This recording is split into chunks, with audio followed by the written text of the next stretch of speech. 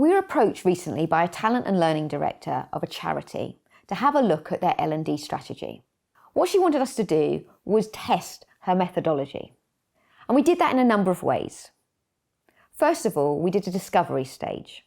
That was looking at their desktop research. So all of the elements of their skills analysis, their strategy, from a business and from a people perspective, job descriptions, values, mission. The second phase of the project was the insights phase. And in the insights phase, it was taking the desktop research and then testing that in a number of ways. So we did interviews with the top leadership. We did focus groups with different personas, and we came out with 8 different learning personas. And in those personas, we really focused on what people wanted to learn, the risks, the opportunities, and why it was important to them. So when we were then designing, which is phase 3, we were putting that into the report, not only the plan on a page, but we were also giving them 8 to 10 personas, because those personas make a massive difference in what you invest in terms of L&D.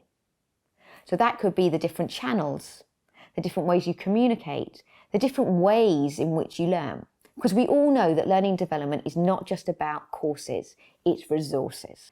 The third phase was design. That was taking and designing them an L&D strategy. So taking the discovery and insights and putting it into a plan on a page, basically. Could you say, this is what learning and development means, the deal, ultimately? So in that plan on a page, we looked at the why, the L&D deal, ultimately. Who does it apply to? What needs to be in it? The channels, and how they're going to measure it. And then the final phase was implementation. And really thinking about the communication plan. How are you going to communicate what had been done in this audit, ultimately, and this build of an L&D strategy? But how are you going to make people feel as if it was for them, that they've been listened to? And ultimately answer the question, what's in it for me? Why should I bother?